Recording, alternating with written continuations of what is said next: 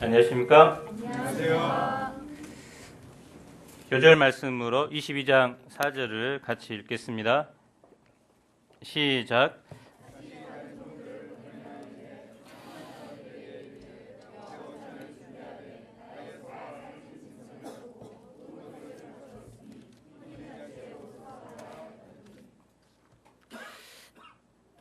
오늘 살펴보게 된 그 말씀은 21장의 연속입니다.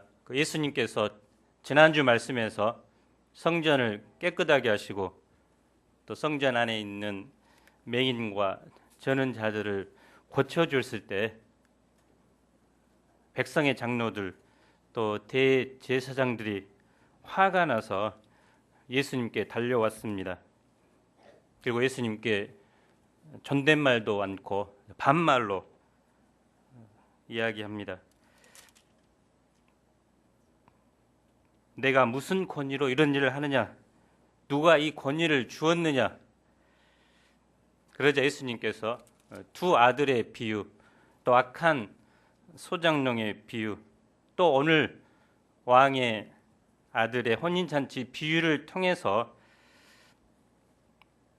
두 아들의 비유에서는 그 세리와 창녀들이 너희보다 먼저 하나님의 나라에 들어갈 것이다. 왜냐하면 하나님이 보내신 세례 요한을 믿었기 때문에. 또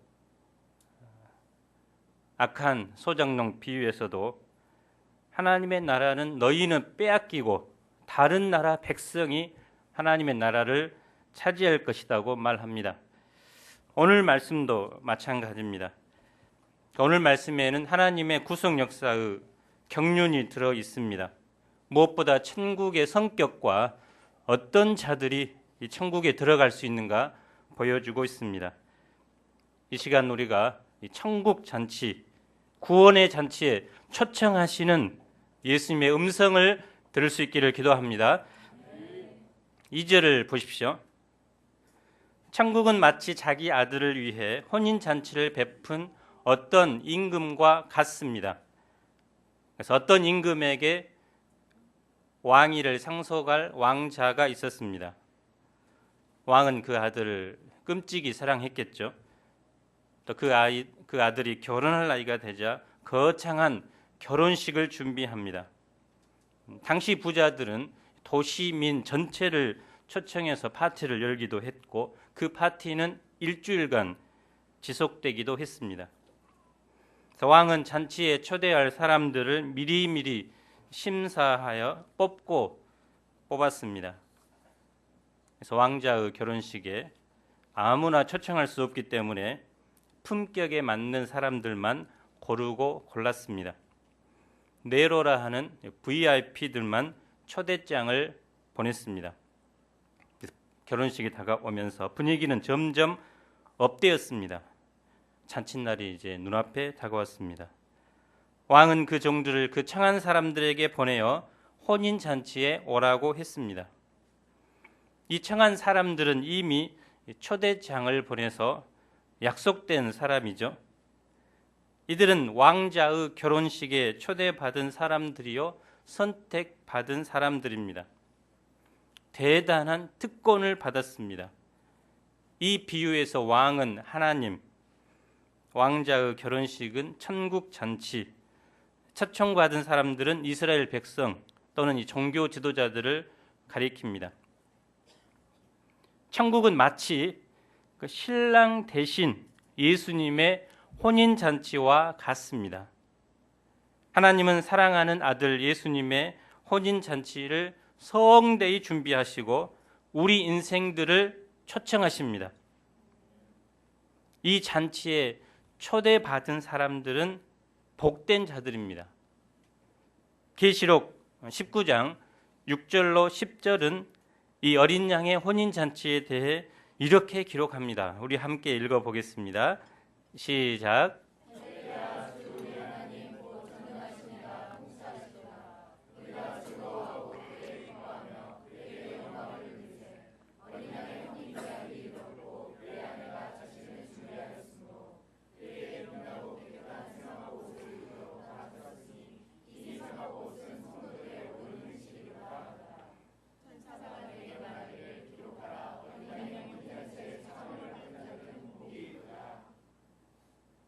어린 양의 혼인잔치는 바로 구원의 잔치요 생명의 잔치입니다. 은혜와 사랑의 잔치요 기쁨과 희락의 잔치입니다. 그러면 하나님께서 인생들의 구원을 위해 준비하신 것이 무엇일까요? 하나님께서는 인간의 구원을 위해서 오랜 세월 동안 선지자들을 보내어 메시아 탄생을 예비하셨습니다. 그리고 때가 되자 약속대로 예수 그리스도를 보내셨습니다. 예수님은 이 땅에 오셔서 죄로 병든 인생들을 섬기고 마침내는 모든 인류의 죄짐을 지고 십자가에 못 박혀 죽으셨습니다. 그리고 죽은 자 가운데서 부활하심으로 죽음의 권세를 파하시고 천국의 문을 활짝 여셨습니다. 우리를 그토록 괴롭히던 죄와 죽음을 해결하셨습니다. 오늘은 주일입니다. 오늘은 주님의 날, 로드스데이입니다. 주님의 날은 예수님의 십자가와 부활을 기념하고 감사하는 날입니다. 우리를 구원하신 구원의 은혜를 감격하여 하나님께 모여 예배하는 날입니다. 그러므로 일주일을 시작하는 이 첫날 주일 예배는 바로 기쁨의 잔치요, 희락의 잔치요, 생명의 잔치입니다. 그렇기 때문에 주일날 결혼식이 잡혀있는 분들도 먼저 이 생명의 잔치에 온 것입니다. 예수님이 우리를 모든 죄에서 구원하셨습니다.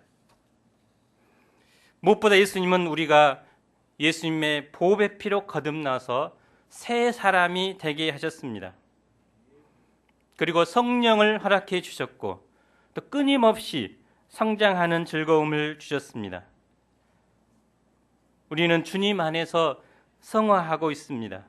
성화하는 성령께서 죄인을 죄의 부패에서 깨끗하게 하시고 그 전 본성을 하나님의 형상으로 갱신하여 죄인으로 하여금 이제는 선한 일을 할 수 있게 하는 성령의 은혜롭고 지속적인 사역입니다.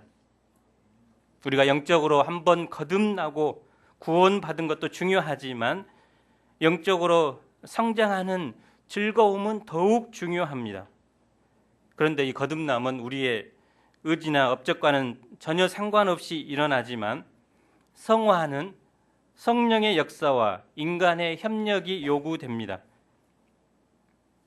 이 때문에 성경은 죄와 마귀의 유혹에 대항하여 싸우며 힘써 거룩한 생활을 하도록 끊임없이 권면합니다.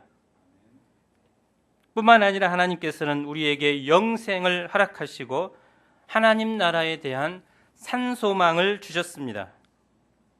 우리의 영혼이 메마르지 않고 이 약한 세상에서도 열매 맺는 복된 삶을 살 수 있도록 우리에게 풍성한 하나님의 말씀을 선물로 주셨습니다. 하나님께서 마련하신 구원의 잔치는 부족함이 없이 풍성합니다. 생명도 풍성하고 은혜도 풍성하고 사랑도 풍성하고 소망도 풍성합니다. 다만 죄인들이 이 구원의 잔치에 참석하고자 마음을 결정하는 일만 남았습니다. 이렇게 하나님께서는 인생들의 구원을 위해 모든 것을 완벽하게 준비하시고 간절히 초청하십니다. 그런데 뜻밖의 일이 벌어집니다. 종들이 와서 초대를 하자 오기를 싫어합니다. 왕은 아들과 함께 화려하게 차려입고 손님 맞이를 준비하고 있는데 종들만 달랑 들어왔습니다. 왕은 시간이 흐를수록 초조해졌습니다. 왕은 다시 다른 종들을 보내며 청한 사람들에게 간곡하게 부탁합니다. 4절을 읽어보겠습니다. 시작.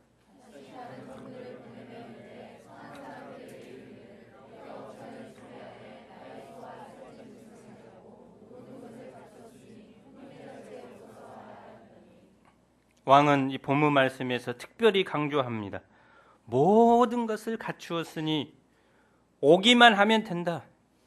와서 먹고 즐기기만 하면 된다. 이번 주에 인천 아시안 게임이 시작되었죠. 예전에는 아시안 게임이 범국가적인 행사로 온 국민의 관심을 받았지만 요즘은 지역의 관심만 받고 있는 것이 사실입니다. 개막식을 준비하기 위해서 수많은 사람들이 몇 달 전부터 이 한날을 위해 땀 흘려 연습했을 것입니다. 왕도 마찬가지입니다. 왕의 아들 되신 예수님을 이 땅에 보내시기 위해 심혈을 기울여서 준비했습니다. 본문의 소와 살찐 짐승의 요리는 보통 서민들이 먹는 요리가 아니라 부유층이나 먹을 수 있는 음식입니다. 각종 산의 진미와 각국의 사절단 등 또 각종 축하쇼도 준비했을 것입니다. 하지만 그들은 돌아보지도 않고 하나는 자기 밭으로 하나는 자기 사업하러 가버렸습니다. 그들은 종의 말을 들은 척도 않고 무시하고 자기 일터로 가버린 것입니다. 이들은 왕자의 결혼식보다 자기 일에 더 관심을 가졌습니다. 왕의 일은 뒷전이고 자기 일이 우선이었습니다. 왜 그랬을까요? 왕의 일은 자기들에게 직접적인 이득이 없었나 봅니다. 왕의 잔치를 남의 잔치로 생각하고 축하객으로 참석하는 일을 피곤한 일로 생각했는지 모릅니다. 반면 자기 밭이나 사업은 당장의 이익이 보장됩니다. 또 자기 일에 대한 성취감도 재미도 있습니다. 눈에 보이는 것이 확실합니다. 이 모습은 당시 유대인들과 종교 지도자들의 모습을 그린 것입니다. 이들은 하나님께 선택되었음에도 불구하고 막상 초청하니까 자기 일 때문에 발뺌을 해버렸습니다. 세례 요한이 와서 목소리를 높였지만 거절했습니다. 하나님의 역사보다도 돈 버는데 온 마음을 쏟았습니다. 심지어 어떤 사람들은 그 남은 종들을 능욕하고 죽이기까지 했습니다. 왕의 종들은 왕을 대신합니다. 이런 종을 학대하고 죽이는 것은 왕에게 정면으로 대적하는 것입니다. 오늘날 우리가 복음을 전할 때 사람들은 어떻게 반응을 합니까? 시간이 없어요. 아르바이트 때문에 너무 바빠요. 취업 준비 때문에 공부해야 돼요. 갖가지 핑계를 댑니다. 요즘 사람들은 썸 타는 일에 몰두한다고 합니다. 썸 탄다는 말이 유행이 되었는데요. 영어의 something이라는 말과 우리말 동사 이 타다가 합쳐진 신조어입니다. 호감 가는 상대와 정식적으로 사귀기에 앞서서 감정을 주고받는 행위를 말합니다. 그래서 이런 노래가 유행이죠. 내 거인 듯 내 거 아닌 내 거 같은 너. 썸남 썸녀들, 청소년도 선남 썸녀, 또 유부남 유부녀들도 썸남 썸녀들이 많습니다. 깊게 한 사람을 사귀려는 것보다 중간에서 적당히 거리를 유지하고 스릴을 즐기는 가벼운 세상을 보여주고 있습니다. 그런데 하나님을 섬기는 데 있어서도 하나님과 썸 타는 분들이 있습니다. 신앙의 깊은 세계로 들어가기보다는 하나님과 세상살이에서 적당히 즐기며 스릴을 즐기고자 합니다. 성경은 분명하게 하나님 한 분만을 섬기고 마음과 뜻과 목숨을 다해서 사랑하라고 권면하지만 다른 세상의 잔재미와 우상 사이에서 썸을 타는 사람들이 많습니다. 왕은 이들에 대해서 어떻게 할까요? 7절을 함께 읽어보겠습니다. 시작.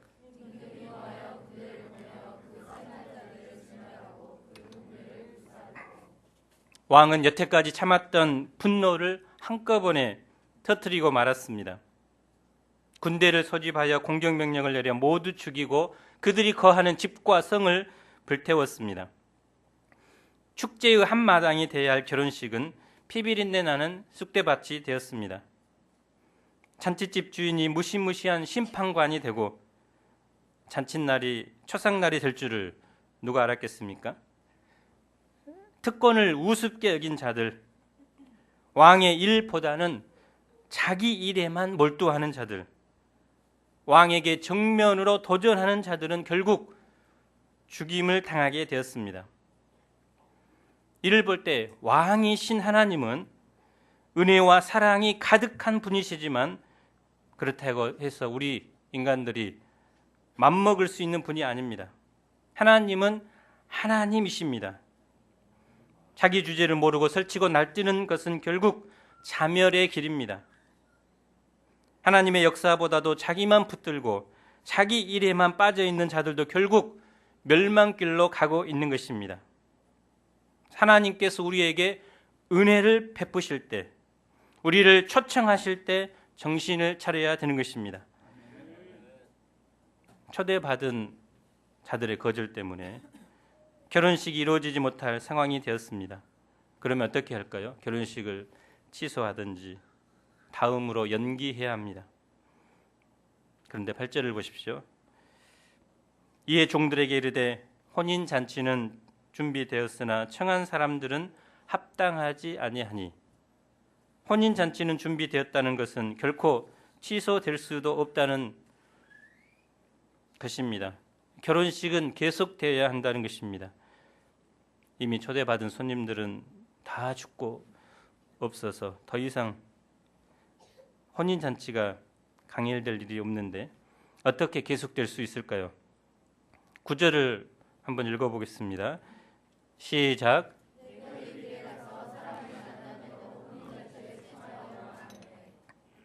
왕은 새로운 인물을 초청해서 잔치를 계속하고자 합니다. 그런데 그 새로운 인물은 네거리 길에서 만나는 사람입니다. 결혼식의 초청의 대상이 초대받은 사람에서 만나는 대로라고 바뀌었습니다.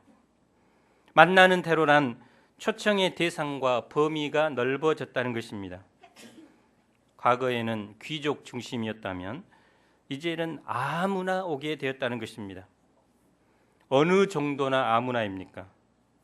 종들이 길에 가서 악한 자나 선한 자나 만나는 대로 모두 데려왔습니다. 그 아무나는 선한 자뿐만 아니라 악한 자도 있습니다.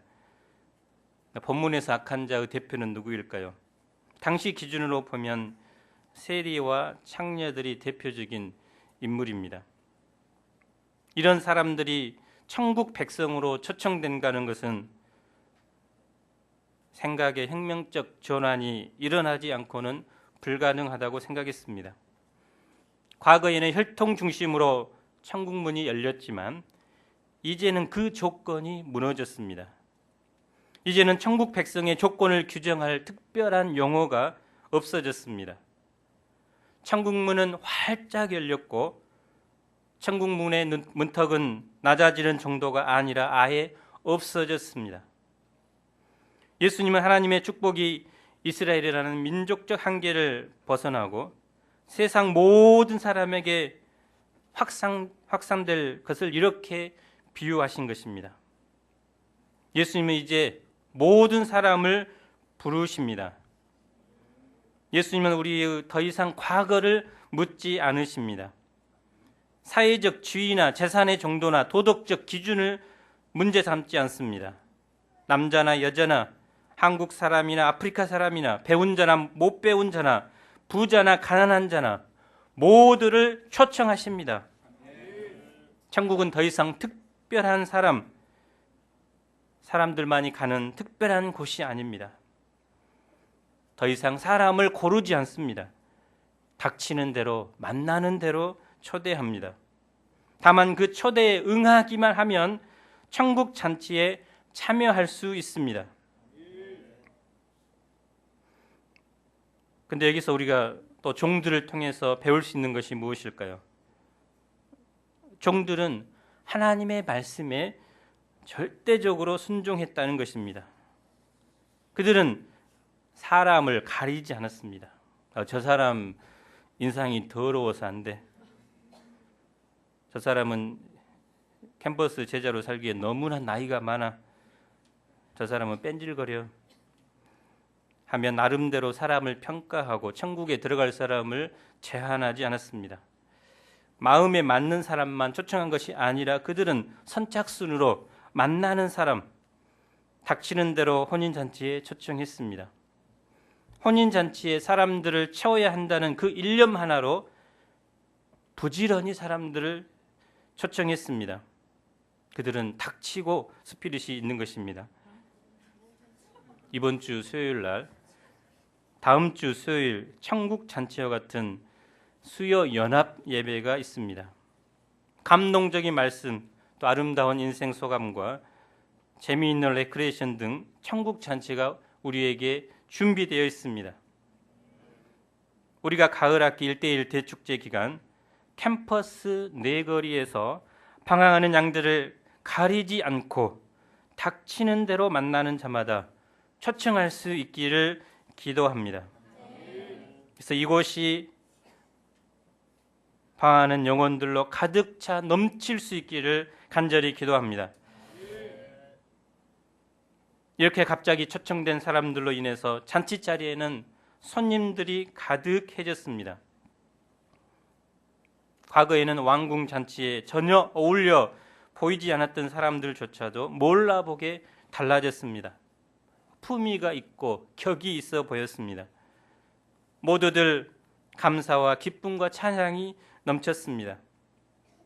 그때 임금이 초청받은 사람들을 보려고 나왔고 문득 한 곳을 주시했습니다. 그의 시선은 예복을 입지 않는 한 사람에게서 멈췄습니다. 임금이 그에게 묻습니다. 친구여, 어찌하여 예복을 입지 않고 여기 들어왔느냐? 그러자 그는 유구무원이었습니다.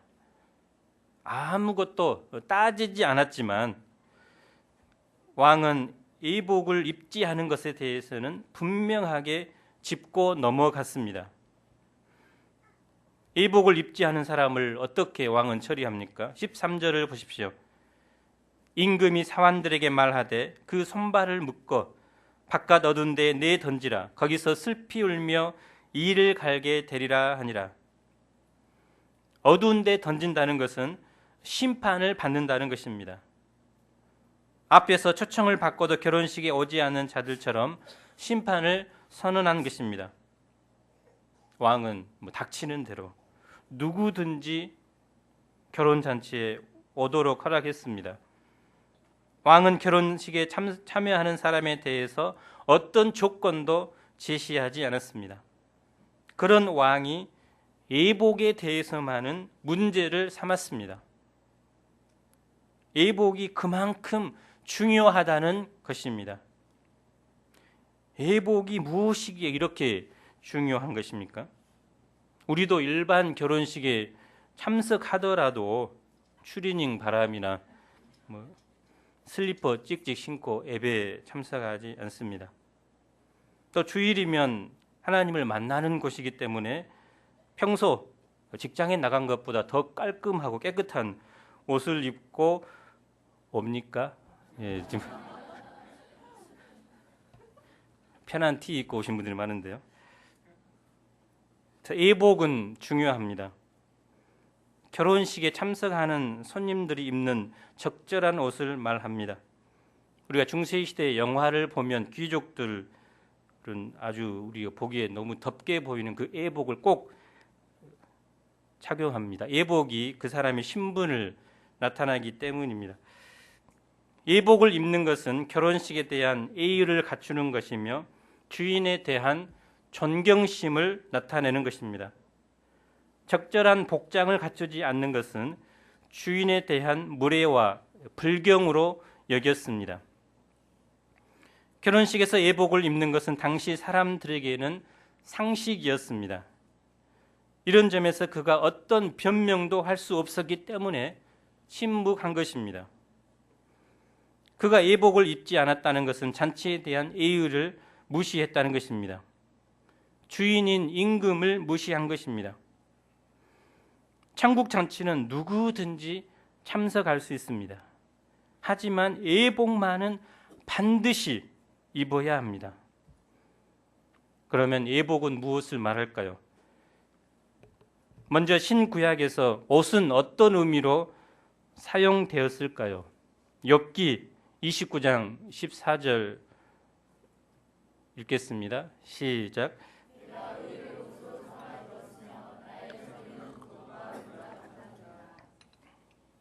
시편 132편 9절을 또 읽겠습니다. 시작.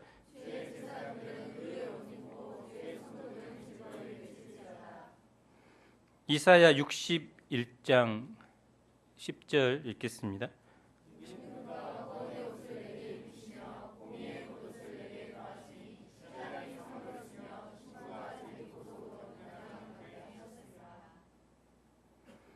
로마서 13장 14절은 예복을 이해하는데 결정적인 말씀입니다. 함께 읽겠습니다. 오직 주 예수 그리스도로 옷 입고, 그리고 예수 그리스도로 옷 입는다는 것을 갈라디아서 3장 27절은 또 이렇게 말합니다. 시작. 누구든지 그리스도와 합하기 위하여 세례를 받은 자는 그리스도로 옷 입었느니라. 이스라엘을 하나님의 백성으로 삼은 조건은 하나님의 선택이었습니다. 아브라함을 부르셨기 때문에 그의 후손 유대인들이 하나님의 백성으로 축복과 언약을 상속해 왔습니다. 하나님의 선택에 근거한 혈통, 그 위에서 하나님의 계명을 준수하는 것이 조건이었습니다. 그런데 이스라엘이 그 특권을 잃어버리고 다른 백성이 천국을 상속하면서 이 조건이 사라졌습니다. 천국의 새 백성에게 제시하신 하나님의 조건인 예복은 이스라엘이 실패한 것, 즉 하나님의 아들 예수 그리스도에 대한 믿음입니다. 이스라엘 백성들, 또 종교 지도자들, 바리새인들이 결국 하나님 나라를 상실한 것은 예수 그리스도께 대한 믿음이 없었기 때문입니다. 이 믿음, 하나님의 나라는 도덕적으로 깨끗하고 선한 자들이 들어가는 것이 아닙니다. 택함 받은 백성이라고 유대인들이 자동적으로 들어간 것도 아닙니다. 하나님 나라에 들어가는 유일한 조건은 바로 예수 그리스도에 대한 믿음입니다. 임금이신 하나님께서 주시는 예복으로 갈아입어야 합니다. 우리가 예복으로 갈아입으려면 나의 옛 의복을 벗어버려야 합니다. 우리가 아무리 명품 프라다 옷을 입고 있을지라도 하나님께서 보시기에 누더기와 같은 것입니다. 우리는 본래 하나님의 나라의 백성으로서 자격이 없는 죄인들입니다. 하나님의 나라는 하나님의 은혜가 아니고서는 들어갈 수 없습니다.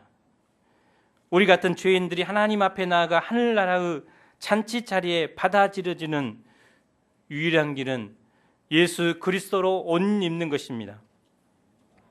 자기 스스로 자기를 치장하고 자랑스럽게 입고 다니는 이 세상의 옷은 그 옷을 가지고 하나님 나라에 설 수 없습니다. 구원과 하나님 나라의 삶은 스스로의 힘과 지혜와 행실과 자랑거리로 이루어지는 것이 아닙니다. 세상의 옷을 부끄럽게 여기고 이제 벗어 던지고 예수 그리스도의 옷을 입고자 하는 갈망이 있어야 합니다. 또한 예복은 더 나아가 성도의 옳은 행실을 의미합니다. 계시록 19장 8절을 함께 읽어보겠습니다. 시작.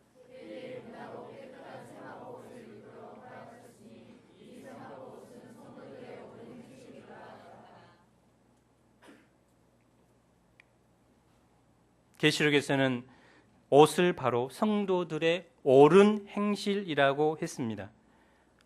이 옳은 행실은 구체적으로 성경은 무엇이라고 말할까요? 골로새서 3장 12절을 한번 읽어보겠습니다. 12절부터 14절 시작.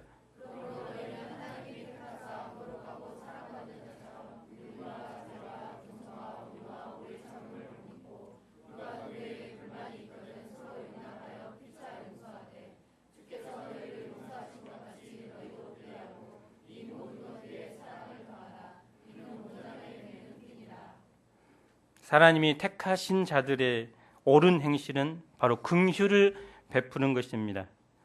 하나님의 마음인 자비의 마음을 가지는 것입니다. 또 늘 겸손한 것입니다. 또 온유와 오래 참음으로 또 다른 사람이 에게 불만이 있을지라도 서로 용납하고 용서하는 것입니다. 무엇보다 이 모든 것 위에 사랑의 띠를 메어야 합니다. 우리는 예수 그리스도와 합하고 이제 주님 나라의 백성으로 살기 위해서 세상적인 삶과 결별을 해야 합니다. 성도에 합당한 삶을 살아야 합니다. 우리가 교회에 들어왔다는 것이 또 예배를 드리고 있다는 것이 천국 백성에 되었다는 것의 보장이 아닙니다. 성령의 인도하심을 따라 긍휼과 자비와 겸손과 온유와 오래 참음을 옷 입고 사랑이 풍성한 삶을 살아야 하는 것입니다. 이런 삶이 없다면 진정 택하심을 받은 사람이 아닙니다. 결국 청함만 받은 사람에 불과할 것입니다. 그들은 본문에 나온 대로 바깥 어두운 데 던져서 거기서 슬피 울며 이를 갈게 될 것입니다. 14절을 한번 읽어보겠습니다. 시작.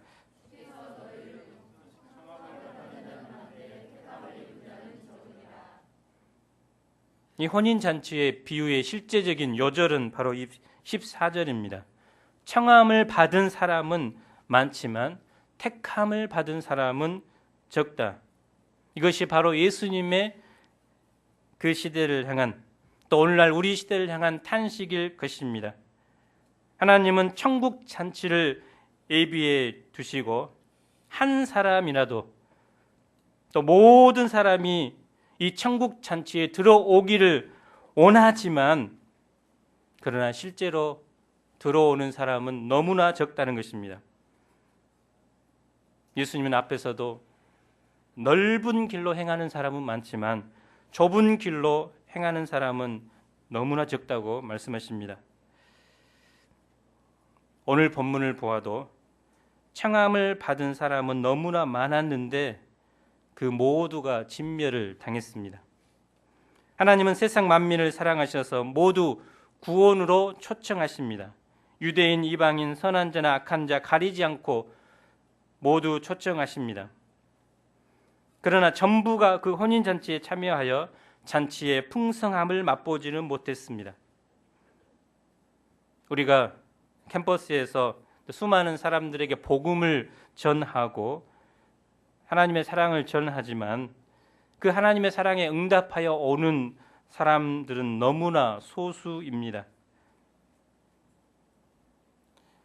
그들이 왜 그런 결과를 낳게 됩니까?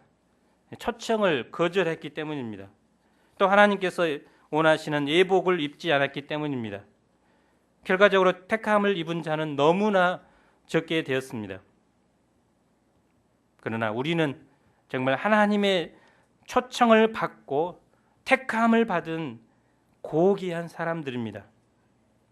하늘의 초청을 받은 것, 또 택함을 받은 것이 얼마나 귀한 것입니까?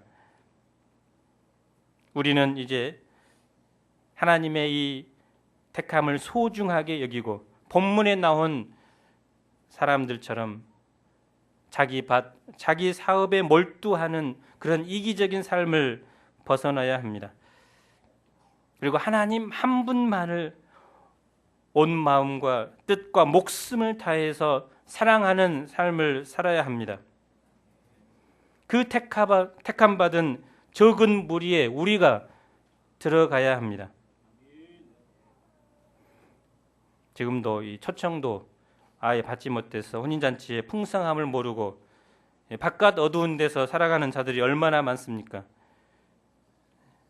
우리가 그들을 긍휼히 여기고 이번 1:1 대축제 기간 그들을 이 구원의 잔치, 생명의 잔치로 초청할 수 있기를 기도합니다. 22장 4절을 읽겠습니다. 시작. 다시 다른 종들을 보내며 이르되 청한 사람들에게 이르기를 내가 오찬을 준비하되 나의 소와 살진 짐승을 잡고 모든 것을 갖추었으니 혼인 잔치에 오소서 하라 하였더니 하나님 아버지, 하나님은 천국 잔치, 어린 양의 혼인 잔치, 구원의 잔치, 생명의 잔치를 준비하시고 모든 인생들을 초청하십니다. 그러나 사람들은 이 구원의 잔치의 가치를 알지 못하고 자기 밭으로, 자기 사업으로 오직 자기만을 위한 삶, 자기의 이익을 추구하는 삶을 살다가 결국은 하나님의 심판을 받을 수밖에 없습니다. 그러나 하나님은 모든 인생들이 이 구원의 잔치에 와서 하나님께서 주시는 풍성한 은혜 누리기를 원합니다. 오직 우리가 예수 그리스도를 믿는 믿음으로 이 천국의 잔치에 응하여 나아갈 수 있도록 축복해 주시기를 간절히 기도합니다. 이 시간도 이 잔치에 초청받지 못하는 영혼, 택함받지 못한 영혼들, 또 캠퍼스에서 방황한 그 영혼들에게 이 생명의 잔치로 초청하는 종들처럼 저희가 가을학기 1대1 기간 만나는 대로 하나님의 마음을 알고 초청하는 저희가 되도록 축복해 주시기를 간절히 기도합니다. 예수님 이름으로 기도합니다. 아멘. 모두 일어나 찬송 241장을 부르시겠습니다.